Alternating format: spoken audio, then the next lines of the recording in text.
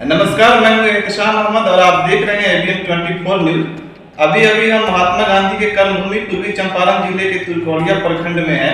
वहीं तुलकोड़िया प्रखंड जहां ऐतिहासिक गांधी घाट स्थित महात्मा गांधी की प्रतिमा है और ऐतिहासिक नीम की पेड़ है। आज से 5-6 दिन पहले यह तुलकोड़िया अचानक सुर्खियों में आता है, जहां कुछ असामाजिक तत्वों द्वारा महात्मा गांधी की प्रतिमा को अपमानित किया जाता है, जो कि अपने आप में एक चिंताजनक घटना है। इन्हीं तमाम बिंदुओं पर बातचीत करने के लिए आज हमारे साथ जुड़े हैं हरसिद्धि विधानसभा के राष्ट्रीय जनता दल के युवा नेता विजय कुमार रंजन जी। सर, ABN 24 न्यूज में आपका स्वागत है। धन्यवाद आपका। सर, सबसे पहले आप हमारे दर्शकों को अपने बारे में बताइए। आपकी पृष्ठभूमि क्या रही है, सामाजिक और राजनीतिक योगदान क्या रहा है? देखिए एहतशाम जी, मेरा नाम वैसे विजय कुमार रंजन है जी, मुन्ना के नाम से लोग जानते हैं जी। मेरा घर हरसिद्धि विधानसभा में ही भादा पंचायत में पड़ता है और वही मेरा पैतृक गांव है जी। मेरी पूरी पढ़ाई लिखाई गांव से ही हुई है और मोतिहारी से हुई है। ग्रेजुएशन हमने यहीं से किया। फाइनली हायर एजुकेशन के लिए हम पटना चले गए और राजनीतिक पृष्ठभूमि हम लोग उस समय से है जिस समय अवधेश प्रसाद कुशवाहा चुनाव यहाँ लड़ रहे थे 1995 में। उस समय से ही हम लोग बहुत ही सक्रिय रहे राजनीति में उनके साथ। ऐसे राजनीतिक पृष्ठभूमि तो हमारी बहुत बड़ी है। मेरे दादाजी फ्रीडम फाइटर थे, स्वतंत्रता सेनानी थे। दूरीराम जी उनके काफ़ी क्लोज मित्र और कांग्रेसी नेता बिहार विधानसभा के अध्यक्ष, पूर्व अध्यक्ष हिदायतुल्लाह खान थे। बहुत ही अच्छी उनसे ये तो राजनीतिक पृष्ठभूमि हम लोगों की वहीं से तैयार थी, बट उसका कोई नेतृत्व करता नहीं रहा। उनके दादाजी के एक्सपायर करने के बाद हम लोग पढ़ाई लिखाई के लिए आ गए और राजकीय राजेंद्र छत्रवास अनुसूचित जाति हॉस्टल है, वहीं से हमने अपनी ग्रेजुएशन कंप्लीट की और वहाँ भी हम लोग छात्र जीवन में बहुत ही सक्रिय भूमिका में रहे राजनीति। और अचानक मेरे पिताजी की डेथ होती है और पारिवारिक जिम्मेदारी सर पे आती है और हम लोग कॉर्पोरेट कैरियर स्टार्ट करते हैं अपना। और काफ़ी लंबा 17-18 सालों का मेरा कॉर्पोरेट कैरियर रहा है। मैनेजमेंट हमने किया और फिर वही पटना हम लोग सेटल थे। तो ये अचानक से लगा कि जीवन में हमें जितना करना चाहिए मैं तो अपने लिए कर रहा हूँ, लेकिन ये समाज को हम वो चीज़ नहीं दे पाएंगे जो हम चाहते हैं, चाहे जो हम देना चाहते थे जी। मेरी मदर भी हम शिक्षक के बेटा हैं। मेरी मदर शिक्षिका थी और उनका एक विजन था, उनका एक सोच था कि आप मेरे गांव में एहतशाम जी आप जब जाएंगे और जब हमसे बड़े उम्र के लोगों से मिलेंगे तो वो लोग मेरे मदर के बारे में आपको बताएंगे कि जब वो स्कूल चलती थी छाता लेके, तो गांव में जो बकरी चराने वाले और घास गड़ने वाले जो बच्चे जो होते थे वो जिस अवस्था में होते थे, क्योंकि उस समय काफ़ी अभाव का जिंदगी थी, तो उसी अवस्था में वो स्कूल लेकर जाते थे। हम लोग सुनते थे, क्योंकि हम तो 2.5 साल के थे तभी मदर एक्सपायर कर गई। हम लोग सुनते थे कि वो जब स्कूल चलती थी तो 40-50 की संख्या में बच्चे जो है वो जाते थे और वो लेकर जाती थी आगे आगे वो पीछे। तो हमको लगा कि ये सपना उनका पूरा लग गया, क्योंकि वेरी अर्ली एज में उनकी डेथ हो गई। तो वो सपना को पूरा करना मैं चाहता हूँ। यानी आप भी बच्चों को स्कूल से जोड़ना चाहते हैं? बिल्कुल बिल्कुल बिल्कुल। समाज में मोदी है तब मुमकिन नहीं है, शिक्षा है तब मुमकिन है। आज एहतशाम भाई हम और आप पढ़े लिखे हैं ना, तब वाद विवाद कर रहे हैं, कुछ मुद्दे पे डिबेट भी कर रहे हैं हम लोग। जो पढ़े लिखे लोग नहीं हैं उनको इन चीज़ों से कुछ मतलब नहीं, कोई ये नहीं जी। तो हम उन चीज़ों के लिए राजनीति में आए हैं और राजनीति में सिर्फ यही एक कारण नहीं है, कई एक कारण है। सांस्कृतिक, आर्थिक, जी। सामाजिक, सर सर राजनीतिक। मैं थोड़ा सा आपको बिल्कुल, पूछना चाहूंगा बिल्कुल। सर। सबसे पहले सर मेरा प्रश्न ये होगा जी। कि अभी तुर्कोलिया में जो ऐतिहासिक नीम का पेड़ है, जी। जो सत्याग्रह आंदोलन का साक्षी रहा है, बिल्कुल। जिस नीम के पेड़ की छांव में बैठकर महात्मा गांधी सभा करते थे और आंदोलन की दिशा तय करते थे, आज की तारीख में वह नीम का पेड़ पूरी तरह से सूख चुका है, तो सर इस पर क्या पहल करेंगे आप? एहतसाम भाई, इस पर एक्चुअली मैं काफी हमारी एक योजना है जी। मेरा कोई भी काम ऐसा नहीं है, मेरे उसके लिए एक ब्लूप्रिंट मेरे पास तैयार है जी। मैं बहुत जल्दी बहुत सारे कार्यों को करना चाहता हूँ यहाँ पे। क्यों नहीं, वो नीम का पेड़ एक ऐतिहासिक पेड़ है। वहाँ हम लोग जो सुनते थे कि टैक्स जो लोग नहीं देते थे, अंग्रेज जो है उस नीम के पेड़ में बांध कर नाचते थे, तो कई सारा सेंटिमेंट उस नीम के पेड़ से जुड़ा हुआ है।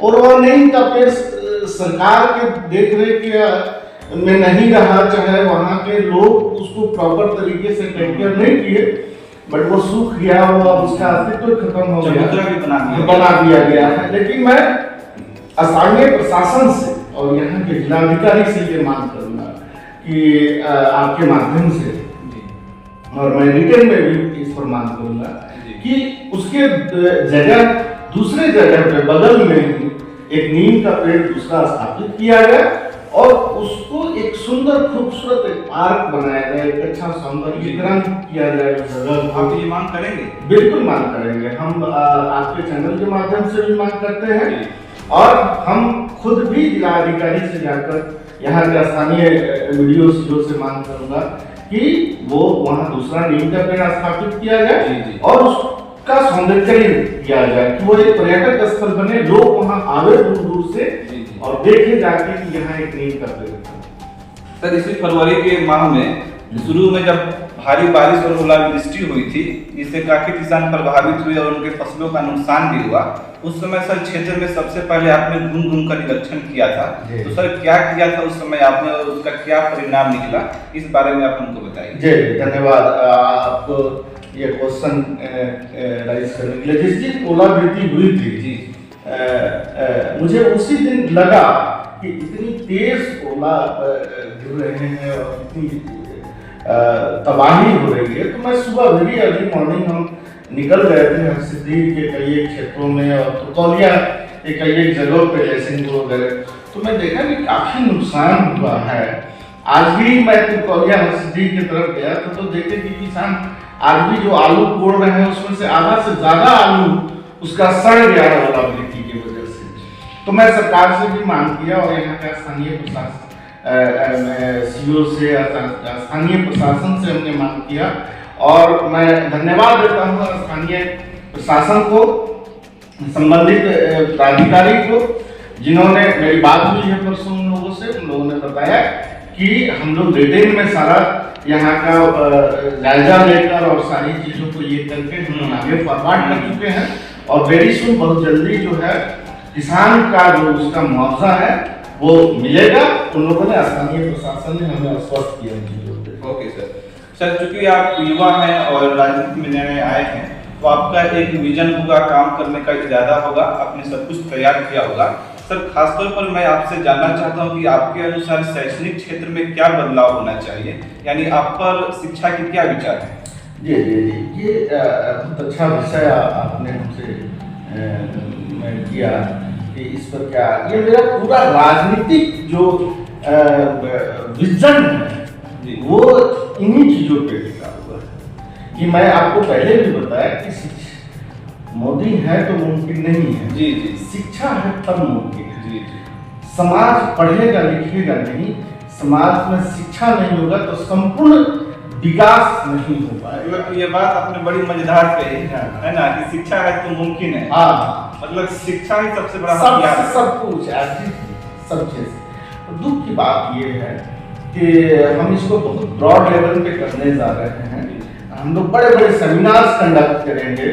आप मेरी पृष्ठभूमि आप जानेंगे तो मैं एक बहुत मोटिवेशनल स्पीकर भी मैं रहा हूँ, मेरा 17 साल तक कैरियर रहा इन चीज़ों में, तो इस पर बहुत सारा काम हम करने जा रहे हैं। लेकिन 2-3 बिंदुओं पर मैं आपसे चर्चा करूंगा कि हमारा पहला उद्देश्य क्या है कि आप हरसिद्धि के कई एक जगहों पे मैं जब जाता हूँ, जी। हरसिद्धि तुरकौलिया, खासकर तुरकौलिया आप गांधी घाट जाकर देखेंगे तो वहाँ बच्चे खुले आसमान में, जी। है ना, मतलब उतने नॉइज होते हैं, उतना शोरगुल होता है, कितना स्ट्रगल करते हैं बच्चे, और वो खुले आसमान में वो गांधी घाट पे किनारे, वो मन के किनारे बैठ के जो पढ़ाई लिखाई ग्रुप डिस्कशन करते हैं, उसका बहुत फायदा होता है। ग्रुप डिस्कशन का होना चाहिए।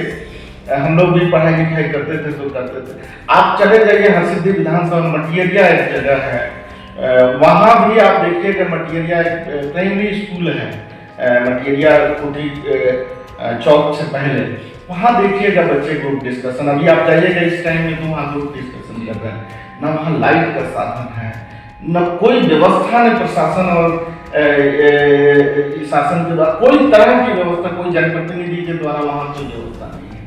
मेरा उद्देश्य है कि क्यों नहीं एक बेहतर लाइब्रेरी का निर्माण किया जाए। जो बच्चे हैं, आप जाकर देखिए मटियरिया में एक मेरा भतीजा ही तो वहाँ बीपीएससी से सीईओ बना है, वहाँ कई एक दरोगा बने हैं, कई एक लोग गवर्नमेंट सर्वेंट बने हैं, अच्छे अच्छे जगहों पे। तो ये ग्रुप डिस्कशन से बहुत, मैं स्थानीय प्रशासन और स्थानीय जनप्रतिनिधि से मैं मांग करता हूँ कि एक लाइब्रेरी का, एक अत्याधुनिक लाइब्रेरी का निर्माण होना चाहिए। क्योंकि शिक्षा है, मैं फिर बार बार आपको बता रहा हूँ कि शिक्षा है तभी मुमकिन है। एक बेहतर समाज का निर्माण विदाउट एजुकेशन आप नहीं कर सकते हैं। मेरा पूरा विजन है, मेरा रोड मैप तैयार है इस पर कि हम लोग एक हर गांव में समाज के वो अंतिम कड़ी को जाकर मैं टच करूंगा और उसको एक विजन देने के काम करूंगा। यू कैन डू इट, तुम कर सकते हो। अगर मैं कर सकता हूँ, ये गांव से मच्छरगामा हाई स्कूल से पढ़ लिख कर और हम यहाँ तक आ सकते हैं। बहुत सारी आप कभी विशेष कवरेज करिएगा तो मैं इस पर बात करूंगा। तो एक बेहतर लाइब्रेरी का दोनों जगह पे। आप बताइए, दुर्गा पूजा होता है ना, पूजा हम लोग करते हैं, हम लोग की धार्मिक रीति रिवाज के हिसाब से, तो उसका एक समिति बन जाता है। कोई काम होता है उसका एक समिति बन जाता है। नेताजी को कभी ये समझ में आया, किसी व्यक्ति को ये समझ में आया कि शिक्षा का भी एक समिति बना दिया जाए, एक बुद्धिजीवी लोगों का, एक पढ़े लिखे लोगों का एक समिति बना दिया जाए। जो बच्चे जो मिसगाइड हो रहे हैं, जो ऐसे घूम रहे हैं जिसको कोई दिशा देने वाला लोग नहीं है, वो बच्चा को एक दिशा दिया जा सके, उसको सही रास्ता दिखाया जा सके और उसे कंधे पर हाथ रख के कभी उसको चुचकार के और कभी प्यार से ये कह सकते हैं कि बेटा तुम भी इस देश का बहुत बड़ा नेता बन सकते हो, तुम भी एक बड़े ब्यूरोक्रेट बन सकते हो, तुम भी एडिशनल सेक्रेटरी, डिप्टी सेक्रेटरी बन सकते हो, तुम जो चाहो, व्हाटएवर यू वांट, आप जो चाहो वो कर सकते हो। तो लोगों को आप इसके लिए प्रेरित करेंगे? बिल्कुल, मेरा उद्देश्य ही प्रशांत भाई यही है। मेरे जीवन का टोटल उद्देश्य ही यही है। मैं इस पर बहुत सारा काम करूंगा। मैं अभी हम लोग सेमिनार कंडक्ट करेंगे, वो नॉन पॉलिटिकल कार्यक्रम होगा, उसमें कोई पॉलिटिकल लोग इन्वॉल्व नहीं होंगे और वो हम बड़े बड़े मोटिवेशनल स्पीकर्स को लाएंगे और उसमें जो ये छोटे बच्चे हैं, है ना, उनको हम प्राइज भी डिस्ट्रीब्यूट करेंगे। जो लोग अच्छा कर रहे हैं, स्केल कर रहे हैं अपनी लाइफ में, उनको प्राइज भी डिस्ट्रीब्यूट करेंगे, उनको अपलिफ्ट करेंगे। मेरे से जितना कुछ हो सकता है इस समाज में एजुकेशनली एक बड़े बदलाव के लिए, यानी मान के चलते हैं कि शिक्षा के क्षेत्र में क्रांति लाने वाली, बहुत बड़ी क्रांति आने वाला है। मैं आपको बता नहीं सकता हूँ। मतलब ये सब क्रांति लाएंगे क्या? बिल्कुल लाएंगे। आप इसके लिए आश्वस्त रहिए। मैं अपने परिवार की पृष्ठभूमि आपको बताऊंगा। तो अभी मेरी 3 बहनें हैं, है ना, और मेरे 16 को भगना और भगनी है। उसमें से मेरी भगनी 8 मेरी भगनी है जो कोई भी सेकंड डिवीजन से पास नहीं है, सभी डिस्टिंक्शन से नंबर्स लाए हैं। और उसका कारण ये है कि वो सप्ताह में मेरे पास सिर्फ बैठते हैं और कोई काम नहीं करते। मैं सप्ताह में एक पारिवारिक भोज करता हूँ और भोज के बाद आप मेरे घर में जाइए और आपको बता दें कि मेरी सुन दरोगा बन जाएगी। मेरे साले की वाइफ, वो भी अभी दरोगा ज्वाइन कर ली है। तो आप देखेंगे इस तरह से हम लोगों को, और कोई भी आप मेरे और भी परिवार के लोग आप देखेंगे, तो अभी आपको क्या बताएं, मैं खुद ही अपनी वाइफ को पढ़ा कर डॉक्टर बनाया है ना, खुद ही आपको एमबीबीएस डॉक्टर है ना? तो ये जब हम इतना कर सकते हैं, उतना नहीं कर सकते हैं। मतलब कि सर आमतौर पर नेता लोग ऐसे सोचते नहीं हैं, इसलिए मैंने आपसे पूछ लिया। यही तो दुख की बात है दशान भाई कि नेता लोग ये नहीं सोचते हैं, जिनको सारा अधिकार मिला हुआ है, जो समाज में बदलाव कर सकते हैं, लेकिन मनसा नहीं है वो बदलाव कर सकते हैं। कि वो बदलाव अगर जिस दिन वो मनसा बना ले कि ये बदलाव हो समाज में, उस दिन समाज में बड़ी परिवर्तन आ जाएगी। और बड़ा जो वो हमारे महापुरुष बाबा साहब भीमराव अम्बेडकर और ज्योतिबा फुले और महात्मा गांधी, ये लोग जो विजन देखा था वो विजन साकार हो जाएगा। मैं तो कैटेगराइज करूंगा, आप देखिए ना, मैं स्पेशली काउंसलिंग करूंगा बच्चे का, क्या करना चाहते हो, तुम नेता बनना चाहते हो तो आओ मेरे साथ, एक बढ़िया मेंटरशिप तुमको देंगे और एक बेहतर नेता बनो, राजनीतिक विकास उससे होगी। बाबा साहब भीमराव अम्बेडकर स्टैचू किए रहते हैं ना, इनका कहना है कि तुम वहां चलो, कहाँ बाकिया में, क्योंकि सारे व्यवस्था का निर्माण वहीं से होता है, सारा नीति निर्धारण वहीं से बनाई जाती है। मतलब कहीं अभी पार्लियामेंट और विधानसभा की ओर तो नहीं देख रहे हैं, कुछ भी हो सकता है। अब देखिए यो तो मास्टर की है, उससे सारा चाबी खोला जा सकता है, हर दरवाजे का चाबी खोला जा सकता है। तो लोगों के बीच में हम हैं, जनता के बीच में हैं, समाज के बीच में हैं, और हम एक बेहतर संबंध स्थापित करना चाहते हैं, है ना, विदाउट कोई हेसेंस, विदाउट कोई ईगो। हम एक इंसान है और मैं एक इंसान के रूप में सबसे रहना चाहता हूँ। चलिए विजय सर, आपका ABM 24 न्यूज में समय देने के लिए बहुत बहुत धन्यवाद। धन्यवाद। अभी हमारे साथ जुड़े थे विजय कुमार रंजन सर जी ने स्पष्ट कहा कि हमारे पास शिक्षा के क्षेत्र में करने को बहुत कुछ है, आप इंतजार करिए, शैक्षणिक क्षेत्र में क्रांति आएगी। और उन्होंने स्पष्ट रूप से कहा कि ऐतिहासिक नीम का पेड़ जो पूरी तरह से सूख चुका है, उसके आसपास एक नीम का पेड़ लगना चाहिए। इसके लिए जिलाधिकारी से और अन्य पदाधिकारी से इसकी मांग करेंगे। और खासतौर पर जो बच्चे प्रतियोगी परीक्षा की तैयारी करते हैं, जिनके लिए कोई सुविधा उपलब्ध नहीं है, इनकी मांग होगी सरकार उनके लिए सुविधा उपलब्ध कराए और वह आसानी से अपनी परीक्षा की तैयारी कर सके। आप भी तुरकोलिया और इससे आसपास के सटे क्षेत्रों को देखने के लिए आप जुड़े रहिए मेरे न्यूज ABM 24 से।